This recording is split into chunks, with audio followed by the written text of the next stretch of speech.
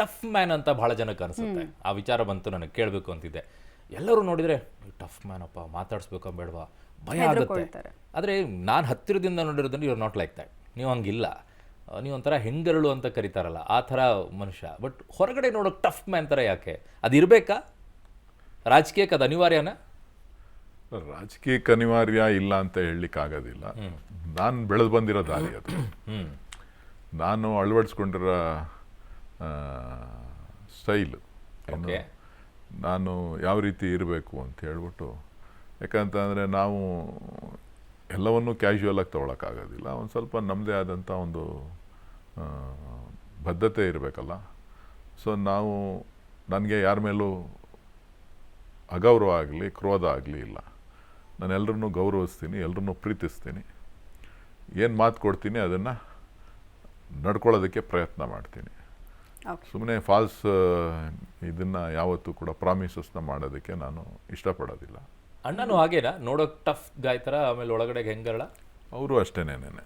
ಸುಮ್ಮನೆ ಯಾರೋ ಹೇಳ್ಬೋದು ಹಂಗೆ ಓಡಾಡ್ತಾರೆ ಅವರು, ಇದು ಮಾಡೋದಿಲ್ಲ ಅಂಥೇಳಿ. ಓಕೆ. ನನ್ನ ಮಣ್ಣಂದು ಏನಪ್ಪ ಒಂದು ಕ್ಯಾರೆಕ್ಟ್ರು ಅಂದರೆ ಮಲ್ಟಿ ಡೈಮೆನ್ಷನಲ್ಲಿ ಥಿಂಕ್ ಮಾಡೋದು ಜಾಸ್ತಿ. ಇಲ್ಲಿ ಕೂತಿರ್ತಾರೆ, ಅಲ್ಲೇನೋ ಯೋಚನೆ ಮಾಡ್ತಾ ಇರ್ತಾರೆ, ಇಲ್ಲೇನೋ ಆ್ಯಕ್ಷನ್ ಮಾಡ್ತಾ ಇರ್ತಾರೆ, ಯೋಚನೆ ಮಾಡ್ತಾ ಇರ್ತಾರೆ, ಇನ್ನೇನೋ ಕೆಲಸ ಮಾಡ್ತಾ ಇರ್ತಾರೆ. So presence of mind. ಅಲ್ಲ, ನಾನು ಯಾಕೆ ಈ ವಿಚಾರ ಕೇಳಿದೆ ಅಂತಂದರೆ, ಹಲವು ಸಂದರ್ಭಗಳಲ್ಲಿ ನೀವು ಕಣ್ಣೀರು ಹಾಕಿರೋದಿದೆ. ನೀವು ಬ್ರೇಕ್ ಡೌನ್ ಆಗಿ MP ಸೋತ ಸಂದರ್ಭದಲ್ಲೂ ಕೂಡ ನಿಮ್ಮ ಕ್ಷೇತ್ರದಲ್ಲಿ ನಿಂತ್ಕೊಂಡ್ಬಿಟ್ಟು ಮಾತಾಡಿ ಕಣ್ಣೀರು ಹಾಕಿರೋದಿದೆ. ನಿಮ್ಮ ಅಣ್ಣ ಜೈಲಿಗೆ ಹೋಗಿ ಬಂದಂಥ ಸಂದರ್ಭದಲ್ಲೂ ಕೂಡ ಕಣ್ಣೀರು ಹಾಕಿರೋದಿದೆ. ಕೆಲವು ಕಡೆ ಮಾತಾಡೋಕ್ಕೂ ಆಗಿಲ್ಲ ನಿಮಗೆ, ನಿಮ್ಮ ಮಾತುಗಳೇ ನಿಂತು ಹೋಗಿದೆ. ಆ ಕ್ಷಣಗಳನ್ನು ನೆನಪು ಮಾಡಿಕೊಂಡಾಗ ನೋಡಿ, ನಮ್ಮಣ್ಣ ಬೆಂಗಳೂರು, ನಾನು ED ಅವರು ಸಮನ್ ಮಾಡಿದಾಗ, ಬಂದು ಇಲ್ಲಿ ಸಮನ್ ಮಾಡಿದಾಗ ಕರ್ಕೊಂಡು ಹೋಗ್ಬೇಕು ಅಂತ, ನಾನು ಅವಾಗ ಚೈನಾದಲ್ಲಿದ್ದೆ. ಸೊ ನನಗೆ ಫೋನ್ ಮಾಡಿದ್ರು, ಹೀಗಾಗಿದೆ, ಈಗ ನಾನು ಡೆಲ್ಲಿಗೆ ಹೊರಡಬೇಕು ಅಂಥೇಳಿ ಬಂದು ಕರ್ಕೊಂಡು ಹೋಗ್ತಾ ಇದ್ದಾರೆ ಅಂಥೇಳಿ. ಸೊ ನಾನಾಯಿತು ಅಂಥೇಳಿ ನಾನು ಇಮಿಡಿಯೇಟ್ ಓವರ್ ನೈಟು ಟಿಕೆಟ್ ಮಾಡಿಕೊಂಡು ಅವರು ಡೆಲ್ಲಿಗೆ ಬರೋ ಅಷ್ಟೊತ್ತಿಗೆ ನಾನು ಡೆಲ್ಲಿಗೆ ಬಂದಿದ್ದೆ. ಅದಾದಮೇಲೆ ಭಾಳಷ್ಟು ಸೀಕ್ವೆನ್ಸ್ಗಳು, ಒಂದು 3-4 ದಿನ ಇನ್ವೆಸ್ಟಿಗೇಷನ್ಸು ಅದು ಇದು ಎಲ್ಲ ಆಯಿತು. ಇನ್ವೆಸ್ಟಿಗೇಷನ್ ಆಫೀಸರ್ಸು ನಾನು ಒಳಗಡೆ ಹೋಗಿದ್ದೆ. ಸೊ 10 ಮಿನಿಟ್ಸ್ ಬಿಫೋರ್ ಹೇಳಿದ್ರು ಅವರು ನನಗೆ, ಇಲ್ಲ ಇನ್ನು 5 ನಿಮಿಷಕ್ಕೆ ಕಳಿಸ್ಕೊಡ್ತಾ ಇದ್ದೀವಿ ಅಂತ ಹೇಳಿದ್ರು. ಇಲ್ಲ, ಹೊರಗಡೆ ಮೀಡಿಯಾ ನ್ಯೂಸ್ ಬರ್ತಾ ಇದೆ, you are going to arrest ಅಂಥೇಳಿ. ವಾಟ್ ಈಸ್ ದಿಸ್ ಅಂತ ಅಂದೆ. No we are going to really ಒಂದು ಸ್ಟೇಟ್ಮೆಂಟ್ ಮಾಡೋದಿದೆ, ಮಾಡಿದ ತಕ್ಷಣ ಸೈನ್ ಹಾಕ್ಬಿಟ್ಟು ಇನ್ನೊಂದು 10 ನಿಮಿಷದಲ್ಲಿ ಕಳಿಸ್ಕೊಡ್ತೀವಿ, ಡೋಂಟ್ ವರಿ ಅಂತ ಹೇಳಿದ್ರು. ಆಮೇಲೆ ನನ್ನನ್ನು ಕರೀಲಿಲ್ಲ, ನಮ್ಮ ಇನ್ನೊಬ್ಬರು ನನ್ನ ಸ್ನೇಹಿತರು ಚಿನ್ರಾಜ್ ಅವ್ರನ್ನ ಅವ್ರನ್ನ ಕರೆದ್ಬಿಟ್ಟು ನೀವು ಸೈನ್ ಹಾಕಿ ಅಂಥೇಳಿ. ಎಂತಕ್ಕೆ ಅಂತ ಅಂದರೆ, ಈ ಥರ ಅರೆಸ್ಟ್ ಮಾಡ್ತಾಯಿದ್ದೀವಿ. ಸೊ ಸಿಕ್ಕಾಬಟ್ಟೆ ಕೋಪ ಬಂತು, ಟೆನ್ಷನ್ ಆಯಿತು. ಸೈನ್ ಹಾಕಿದ್ವಿ, ಅರೆಸ್ಟ್ ಮಾಡಿದ್ರು, ಕರ್ಕೊಂಡೋದ್ರು. ಅದಾದಮೇಲೆ ಸೊ ಏನು ಮಾಡಬೇಕು ಅಂತ ತೋಚಲಿಲ್ಲ.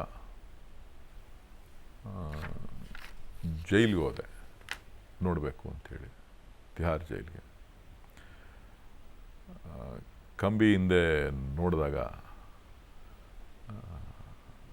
ಅಲ್ಲಿ ನನಗೆ ಏನು ಮಾಡಬೇಕು ಅಂಥೇಳಿ ಇದು ಮಾಡಲಿಲ್ಲ. ಆ ಕ್ಷಣ ಈಗ ನೆನೆಸ್ಕೊಂಡ್ರೆ ಅದನ್ನು ನೆನಪು ಮಾಡ್ಕೊಳ್ಳೋಕ್ಕೂ ಕಷ್ಟ ಇದೆ. ಆಗ ನಾನು ತೀರ್ಮಾನ ಮಾಡಿದೆ, ನಾನು ನಮ್ಮ ಚಿನ್ರಾಜು ಅಂಥೇಳಿ ಇಬ್ಬರು ಹೋಗಿದ್ವಿ. ನಾನು ಅವ್ರಿಗೆ ಹೇಳಿದೆ, ಈ ವಿಚಾರ ನಾನು ನೋಡಿದ ಘಟನೆನ ನೀವು ಹೊರಗಡೆ ಯಾರಿಗೂ ಹೇಳ್ಬಾರ್ದು, ಯಾವುದೇ ಕಾರಣಕ್ಕೂ ಮನೆಯವರು ಡೆಲ್ಲಿಗೆ ಬರಬಾರ್ದು, ಉಳಿದಿದ್ದೆಲ್ಲ ನಾನು ಮ್ಯಾನೇಜ್ ಮಾಡ್ತೀನಿ. ಒಳಗಡೆ ಹಣ ಕೂತಿದ್ದು ನೋಡಿದಾಗ ಆ ಘಟನೆ ವಿವರಣೆ ಮಾಡೋದಕ್ಕೂ ಕೂಡ ಕಷ್ಟ ಇದೆ. ಎಷ್ಟು ರಾತ್ರಿಗಳು ನಿದ್ದೆ ಇಲ್ಲದೆ ಕಳೆದ್ರಿ? ಸಾಕಷ್ಟು ದಿನ ನಿದ್ರೆ ಮಾಡಿಲ್ಲ, ಏನು ಮಾಡ್ತಾ ಇದ್ದೀವಿ ಅಂತಲೂ ಗೊತ್ತಿಲ್ಲ. ನಾನು ಯಾರ ಹತ್ರನೂ ಮಾತಾಡ್ತಾನೂ ಇರಲಿಲ್ಲ.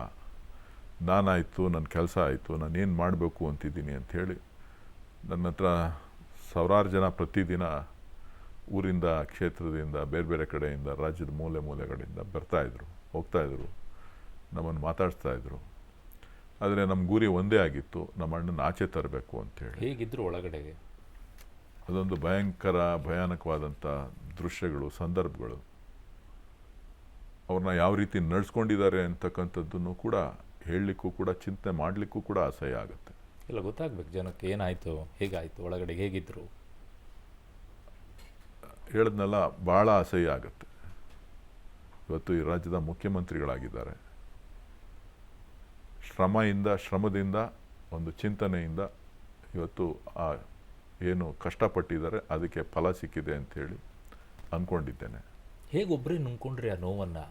ಯಾಕಂದರೆ ಅತ್ತಿಗೆಗೆ ಹೇಳ್ತಾ ಇಲ್ಲ, ಮಗಳಿಗೆ ಹೇಳ್ತಾ ಇಲ್ಲ, ಯಾರಿಗೂ ಯಾವ ವಿಚಾರ ಹೇಳ್ತಾರೆ. ನೀವು ಒಬ್ಬರೇ ಇದ್ದಿದ್ದು ದೆಹಲಿಯಲ್ಲಿ, 50 ದಿನ ದೆಹಲಿ ಬಿಟ್ಟು ಆಚೆ ಬಂದಿಲ್ಲ.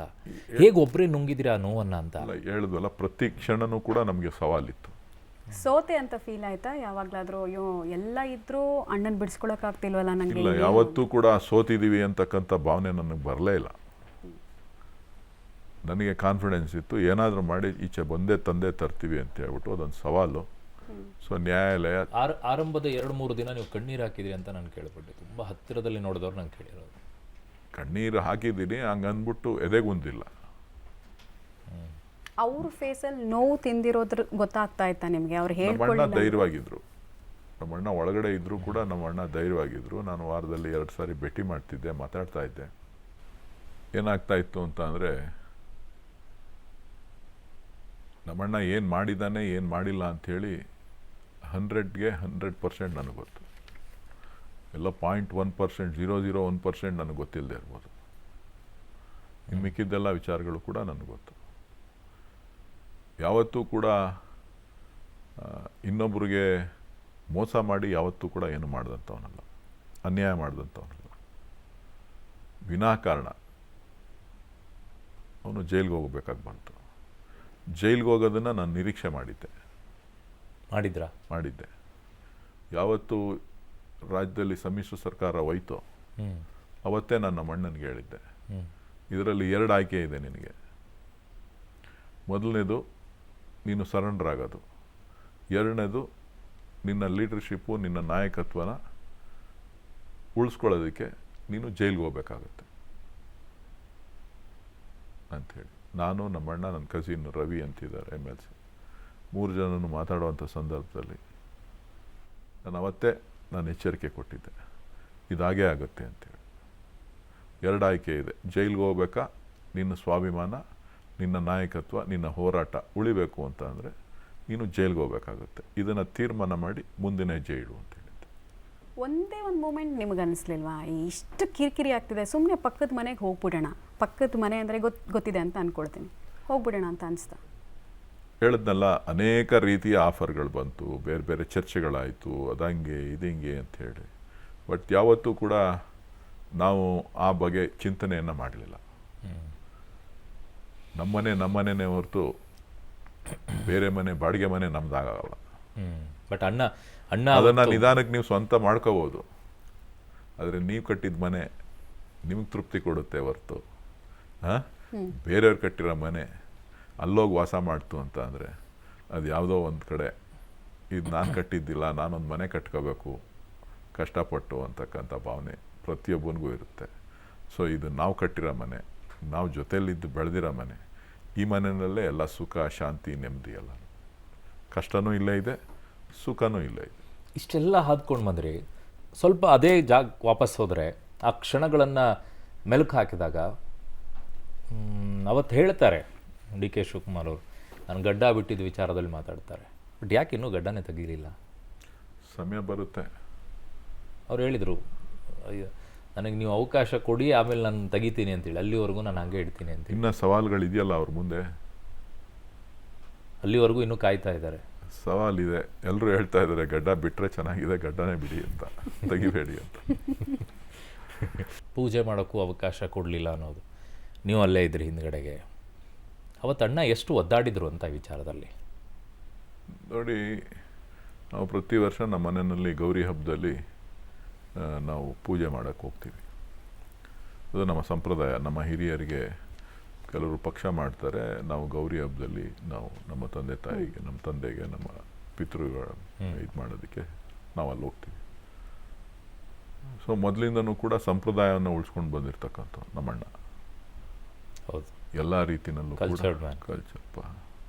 ಎಲ್ಲ ಒಂದು ಕಡೆ ಏನಾರ ಏನೇ ಒಂದು ಪೂಜೆ ಮಿಸ್ ಆಯಿತು ಅಂತ ಅಂದ್ರೂ ರಾತ್ರಿ ಎಷ್ಟೊತ್ತಾದರೂ ಹೋಗಿ ಪೂಜೆ ಮಾಡಬೇಕು ಅಂತಕ್ಕಂಥದ್ದು. ಏನಾರ ಒಂದು ಅಂದ್ಕೊಂಡ್ರೆ, ಏನಾರ ಹೇಳಿದ್ರೆ ಒಂದು ವಿಶೇಷವಾದಂಥ ನಂಬಿಕೆ, ಭಕ್ತಿಯನ್ನು ಇಟ್ಕೊಂಡು ಬರ್ತಾ ಇರ್ತಕ್ಕಂಥ. ಸೊ ಯಾರು ಎಷ್ಟೇ ಟೀಕೆ ಮಾಡ್ತಾರೆ, ಅಲ್ಲಿ ಹೋಗ್ತಾರೆ ಪೂಜೆ ಮಾಡ್ತಾರೆ, ಇಲ್ಲಿ ಪೂಜೆ ಮಾಡ್ತಾರೆ, ಅದು ಮಾಡ್ತಾರೆ, ಇದು ಮಾಡ್ತಾರೆ.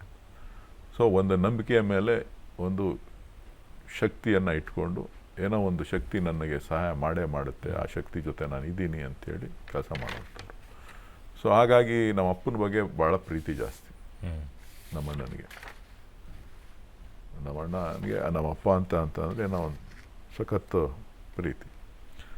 ಸೊ ಅದೇ ಫಸ್ಟ್ ಟೈಮ್ ಅವತ್ತು ಪೂಜೆ ಮಾಡೋಕ್ಕಾಗದೇ ಇದ್ದಿದ್ದು. ಅದೇ ಫಸ್ಟ್ ಟೈಮ್. ಸೊ ಹಾಗಾಗಿ ಈ ಥರ ನಮಗೆ ಒಂದು ಅವಕಾಶ ಕೊಡದೆ ಈ ಥರ ಮಾಡ್ತಾ ಇದ್ದಾರಲ್ಲ. ಆಚೆ ಬಂದ್ಬಿಟ್ಟು ಕಣ್ಣೀರು ಹಾಕ್ಬಿಟ್ರ? ಕಣ್ಣೀರು ಅಂದರೆ ಇಲ್ಲ, ಏನು ಮಾಡ್ತಾರೋ ಮಾಡ್ಕೊಳ್ಳಿ, ಹೋಗೋಣ ಅನ್ನೋ ಪರಿಸ್ಥಿತಿಗೆ, ಪೂಜೆ ಮಾಡ್ಕೊಂಡು ಬರೋಣ ಅನ್ನೋ ಪರಿಸ್ಥಿತಿಗೆ ಬಂದಿದ್ರು. ಆಮೇಲೆ ಸುಮ್ಮನೆ ಅನ್ನೆಸೆಸರಿ ನಾವೇನೇ ಅವರಿಗೆ ಸೆಕೆಂಡ್ ಆಪ್ಷನ್ ಕೊಟ್ಟಂಗೆ ಆಗುತ್ತೆ.